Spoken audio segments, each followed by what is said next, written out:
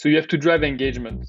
The more you involve your audience in the experience, and the more impact you will have. This is actually the kind of the secret sauce of live shopping. It's about engaging with the audience.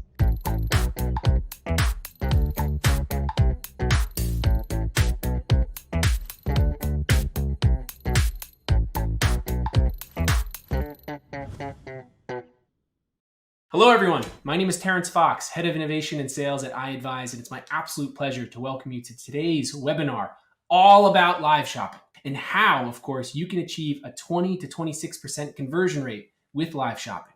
Now, what is live shopping by definition? It's one-to-many video encouraging an interactive and immersive experience with all of your website visitors to, of course, stimulate conversion, sales, and engagement. Live shopping as well, just so you're aware, has grown 280% year over year in China and is projected to reach 35 billion and account for 3.3% of all e-commerce sales in the US by 2024.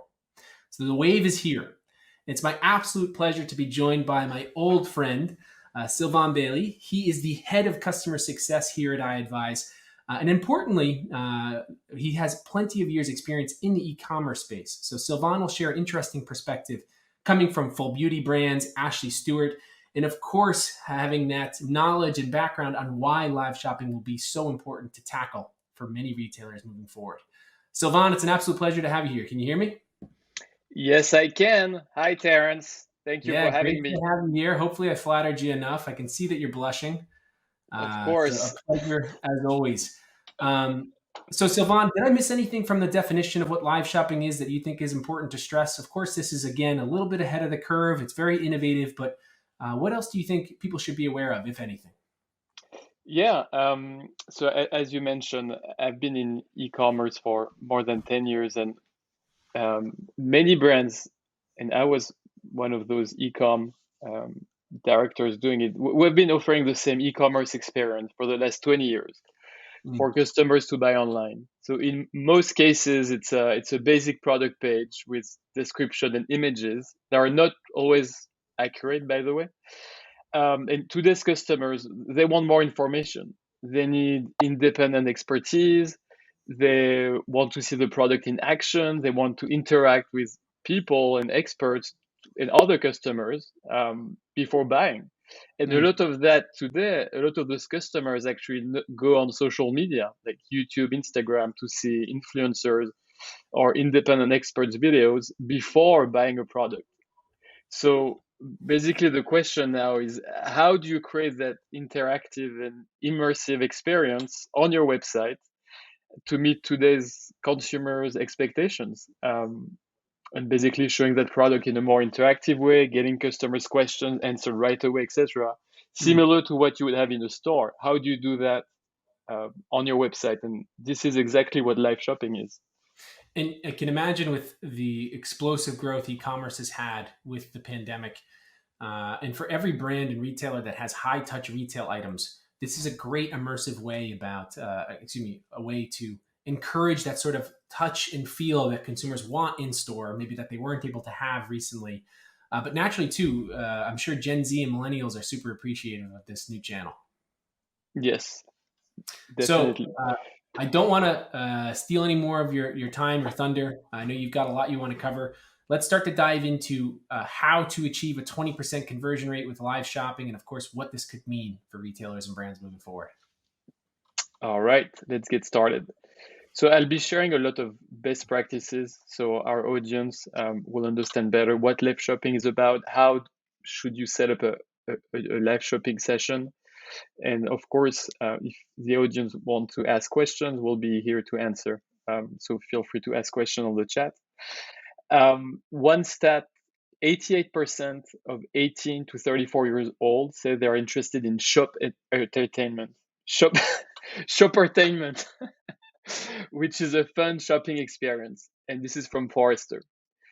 So basically, you have to bring that product to life. A simple catalog presentation just is not good enough. It won't cut it. So you need that immersive, interactive sales experience via a live video on your brand website or on a retailer website. So you have to show the product, and you also have to make sure that the host is interacting with the viewers, and the viewers can comment, can ask questions, and most importantly, buy via the live video. And people know a lot about the live shopping, but what's also important is what happens before and after. So the before is the pre-live. The main goal is how do you attract the largest audience and reach out to them on event day, on the day of the event.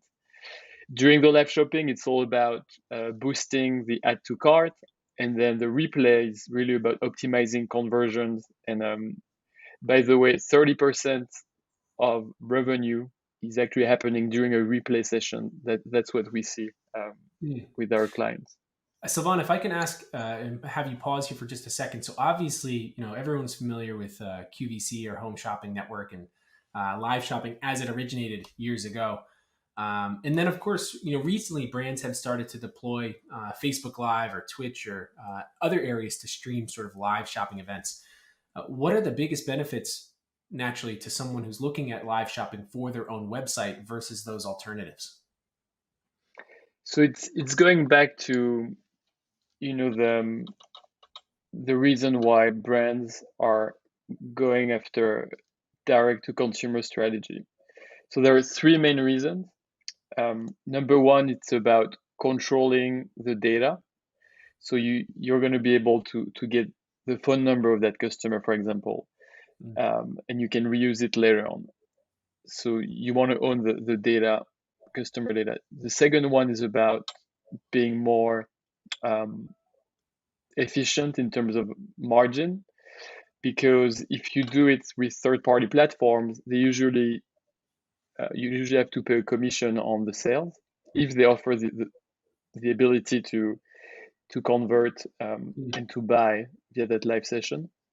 And the conversion rates are usually going to be much higher on your own website, because if the customer has to go back to your site, when customers are on social media, they're loyal to Instagram, they're loyal to TikTok. They're not going to become some of them might not even go to your website to buy. So, and then the third one is about making sure you control the experience and the look and feel. If you have an event on your site, that can happen. If it's happening on Facebook or Instagram, it's harder to really control the look and feel and make sure it's good with your branding. Great. Yeah. And of course, again, we'll have the opportunity to ask questions towards the end of the session, but I did want to try and trip Sylvain up where I could if possible. But good answers. Keep going. All right. So let's talk about before the live. So how do you attract the largest audience and reach out to them on event day? So the first tip I want to give to our audience is that you have to announce the event, and you should do it at least 7 days before it is set to go live. And you need to make sure you pick a video format that is the most attractive to communicate. So that means, and then what you have to put in that video, so it's like a teasing video that you prepare that will last maybe 30 seconds, where you talk about the topic of the live event, when it's going to happen, date and time, and what is live shopping, because a lot of end customers don't even know what live shopping is. So that teasing video will help them. And then you can use your CRM database, or you can use your marketing team to start communicating on social networks about the event, and also ask maybe the community of influencers that you will leverage in the event to talk about it. And that will help get how a maximum number of customers or viewers for your live shopping event. Have you had any? Have you seen or witnessed, of course, any very impactful influencers in the live shopping space? Yeah, I mean, typically, if it's a celebrity or someone who is very well known, for example, let's say Jacqueline Hill is a very famous beauty influencer, that will make sure you get a lot of traffic from her fan base. But sometimes it can be just an independent expert, might not be a celebrity, but it's someone that's not from your brand. And customers like that, because a lot of customers nowadays are just not really trusting brands. They're sick of advertising and branding. So they want to know from a friend or someone who looks like a friend. So someone independent is always a good idea. You brought up a good point too, tapping into their following, right, with your stream and on your event, right? That'll help, of course, amplify the SMS, the email campaigns to drive registration as well. I think that's a great suggestion. All right. So tip number 2 for the before is to choose a date and time very carefully. So look at your internal analytics, Google Analytics, Adobe Analytics, and select a time where usually you have really high conversion rates, specific day, specific time. And then also look at what's happening out there. If today is the Grammy Awards or it's the Super Bowl, it's probably not the right time to plan a live event. Tip number 3, notify participants. So one thing we like doing is to send a notification, like a SMS, 5 minutes before the live event, if you want to have a very good response rate. We see typically a 70% click-through rate on those notifications, which is huge. And then another tip is to publish a story on your social networks, a little bit like in a backstage mode, 5 minutes before the live event, to get people excited and get them to join the live session. Now, moving on to the actual live session. And the goal here is to boost the add to cart rate, get those customers to start adding products as they watch the show. So you have to drive engagement. The more you involve your audience in the experience, and the more impact you will have.